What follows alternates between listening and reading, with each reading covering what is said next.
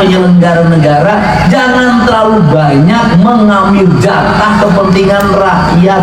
Momen yang sangat langka ketika para ustadz, para kiai, para ulama bersatu bersama para pemerintahan, tetapi yang dibahas bukan politik, bukan tentang duniawi, tetapi tentang keagamaan, tentang ilmu. Ini momen seperti ini ya yang sangat langka. Dan coba kita dengarkan pidato Kang Deddy Mulyadi di depan ribuan ustadz, dan para jamaah pun sampai menohok melihat pidato Kang Deddy Mulyadi ini. Kalau Pak PLT, Bupati, Gubernur, Sekretaris Daerah, Kepala Dinas sampai Kepala Kelurahan ingin disebut Islami, menurut saya umroh boleh, tapi keseringan tidak baik. Kenapa? Cukup sekali. Kenapa? Tugas kita bukan umroh tiap bulan, tugas kita bukan haji tiap tahun. Tugas penyelenggara negara itu beresin perut rakyat, nggak boleh ada yang lapar. Beresin sekolah, nggak boleh ada orang yang tidak sekolah. Beresin jalan, tidak boleh ada jalan berlubang. Kenapa? Kita lagi di depan Masjidil Haram, lagi di Masjidil Haram, di depan Ka'bah kita berdoa seolah-olah soleh, tapi rakyatnya lapar sampai bunuh diri. Dosa kita sebagai pemimpin. Benar nggak? Benar nggak? Bekasi. Kenapa? Duitnya banyak. Benar nggak? Duitnya banyak. Yang menjadi problem konflik kita hari ini adalah imannya terlalu sering diucapkan, imannya terlalu sering dideklarasikan. Itu kalau dalam politik terlalu banyak deklarasi, banyak keluar biaya. Sekali lagi, kalau dalam politik terlalu banyak deklarasi, banyak keluar biaya. Kadang-kadang orang yang deklarasi itu pengen apa? Pengen kelihatan sama yang diusungnya, agar besok menang ada catatannya. Kalau sudah menang ada catatannya, berarti ada bagiannya.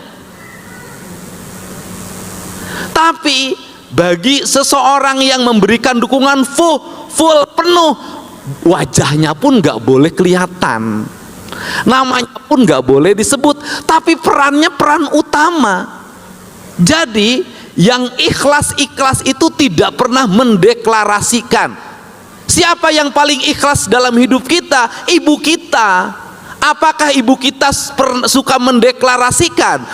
Kau adalah orang yang aku besarkan, biayanya sekian, aku melahirkan, mengerangnya lama sekali, bapakmu itu enggak pernah. Enggak pernah. Orang yang ikhlas tidak pernah bercerita. Dan orang yang ikhlas itu anaknya mau berbalas baik, mau berbalas tidak baik, dia tetap mendoakan dan ingin anaknya tetap dalam kebaikan.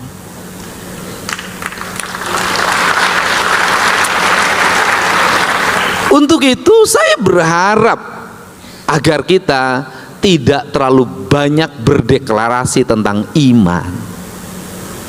Kenapa? Semakin banyak yang berdeklarasi tentang iman, maka yang lain berdeklarasi tentang iman, seleranya beda-beda, sehingga yang terjadi adalah konflik deklarasi. Apa yang mesti dilakukan? Ya, iman itu kan cahaya. Pertanyaannya adalah ketika itu menjadi cahaya, di mana cahaya itu berada? Cahaya itu berada bukan di kasat mata, cahaya itu berada di dalam jiwa. Kalau sudah cahayanya berada di dalam jiwa, pertanyaannya adalah apakah ada perbedaan? Tidak ada. Kenapa tidak ada perbedaan? Karena persoalan rasa, persoalan cinta, persoalan jiwa. Gimana kita ngukur jiwa kita? dalam pandangan mata. Yang terjadi konflik adalah ketika agama dipandang dalam pandangan mata, ketika agama didengar dengan pendengaran telinga. Tetapi ketika agama ada di dalam rasa dan dirasakan, sehingga agama itu milik siapa? Milik orang perorangan, bukan milik kelompok. Kenapa? Yang merasakan hanya orang yang punya rasa. Iman itu ada dalam rasa kita. Itu adalah hak yang bersifat pribadi, yang tidak bisa dihukumi dalam hukum-hukum yang bersifat publik. Makanya hak privat beriman itu. Nah, kalau berkumpul di Bethel itu bukan urusan beriman menurut saya, itu urusan berorganisasi, urusan berkelompok, urusan bersyarikat. Imannya pada akhirnya kembali pada dirinya masing-masing. Karena imannya kembali pada dirinya masing-masing, maka keimanan tidak bisa diukur dalam ukuran kasat mata. Tetapi iman hanya bisa dirasakan kalau dalam ajaran agama saya hanya akan bisa dirasakan yaitu dalam amal soleh, yaitu perbuatan. Jadi seberapa besar orang beriman, lihat saja manfaatnya. Dalam lingkungan masyarakatnya dia bertetangga dengan baik enggak? Ketika tetangganya sakit, dia nengok enggak? Ketika tetangganya meninggal, dia berziarah tidak? Ketika di rumahnya ada makanan, tetangganya tidak punya makanan, dia berkirim atau tidak? Ketika di jalan ada yang kecelakaan, mobilnya berhenti atau tidak? Buka kaca atau tidak? Turun atau tidak? Menolong atau tidak?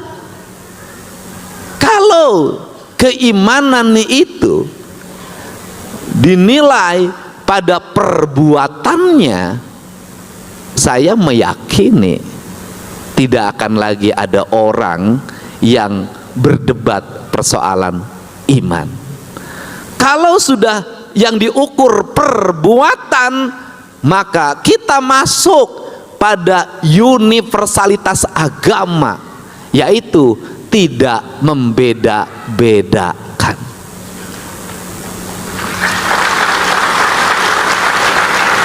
Bayangkan kalau beriman kemudian diukur pada selera, betapa bahayanya.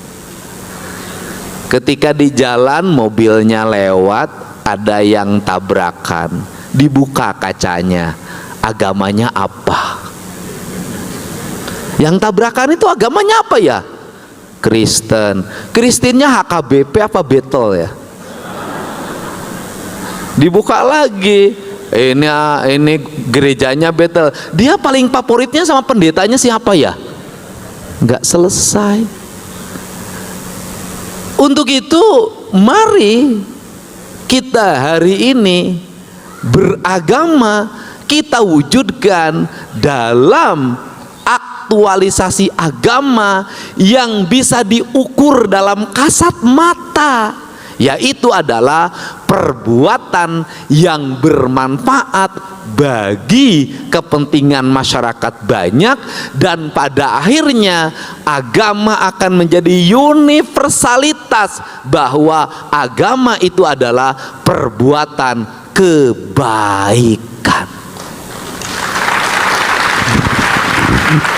Kalau kemudian agama sudah berubah menjadi perilaku, atau iman sudah berubah jadi perbuatan kebaikan, saya meyakini betul bahwa yang diinginkan oleh Yesus itu bukan jumlah gereja yang berdiri. Yang diinginkan oleh Yesus bukan jumlah pujian yang panjang, tapi yang diinginkan oleh Yesus adalah membebaskan manusia dari perbudakan hawa nafsu, digembalakan dengan iman menuju cahaya kebenaran yang sejati, hidup dalam pandangan kebenaran. Saya meyakini betul yang dicita-citakan oleh Yesus adalah hidup rukun tanpa pertikaian.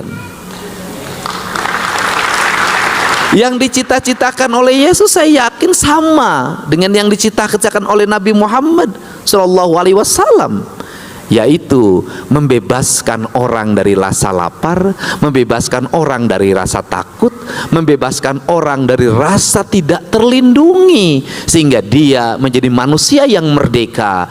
Dia merdeka dari rasa lapar, merdeka dari rasa takut, dan hidup ada dalam perlindungan. Itu yang diinginkan. Jadi kalau itu menjadi cita-cita besarnya, apa yang harus dilakukan? Yang saat ini orang yang jarang dilakukan. Saya cerita kemarin pada perayaan Natal di gereja mana kemarin saya lupa. Saya menceritakan tentang budak angon itu, budak buncir, budak janggotan. Saya baru janggotan kemarin tuh. Budak tumbal. Apa itu budak tumbal? Yaitu orang yang mau mengorbankan diri. Kenapa saya cerita ini? Hari ini jarang sekali orang yang mau mengorbankan diri. Kebanyakan orang ingin mengorbankan orang lain. Mengorbankan diri apa? Ya, kita tahu bahwa Yesus mengorbankan diri hidup tanpa keluarga, tidak punya istri, tidak mengorbankan diri. Hidup dalam kesendirian, mengorbankan diri. Kenapa hidup dalam kesendirian mengorbankan diri? Karena yang dipikirkannya cuma satu, yaitu apa? Umatnya, jamaatnya.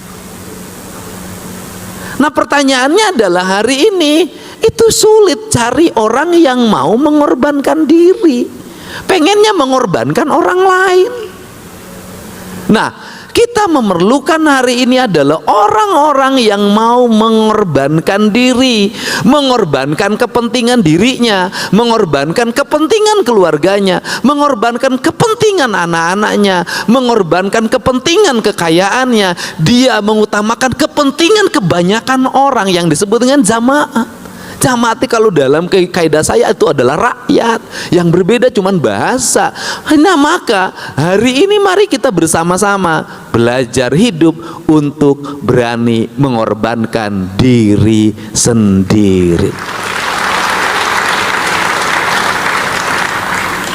Yang menjadi problem hari ini apa? Yang menjadi problem hari ini adalah stigma.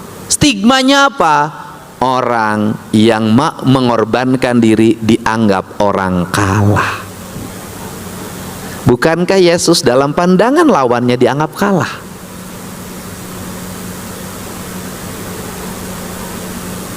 Dia hilang dirinya dalam pandangan kasat mata manusia. Dia memilih mengorbankan dirinya dengan disalib. Dan pandangan kita, orang yang menyerah itu dianggap kalah. Padahal saya selalu berulang-ulang bahwa orang yang menyerah dan tidak melawan itu bisa jadi dia adalah pemenang sejati. Ketika orang bertengkar, si kuasa menunjukkan telunjuknya ke depan matanya, dan orang itu tertunduk sambil menangis dan mengatakan ampun. Walaupun dia benar, orang beranggapan sang pemenang adalah yang berdiri dengan pongah dan beranggapan yang tertunduk menangis dan bilang ampun dia adalah pecundang. Dalam pandangan saya bisa jadi sang pemenang itu adalah yang menunduk, menangis dan bilang ampun. Teman-teman, Bapak Ibu, ya tadi kita sudah melihat pidato Kang Deddy Mulyadi. Yang pertama ada pidato Kang Deddy di depan Ustadz Dasad Latif ya, yang mana di Bekasi, dan itu luar biasa teman-teman, Masya Allah, dan begitu sejuk ya mendengarkan sosok pidato Kang Deddy Mulyadi ini.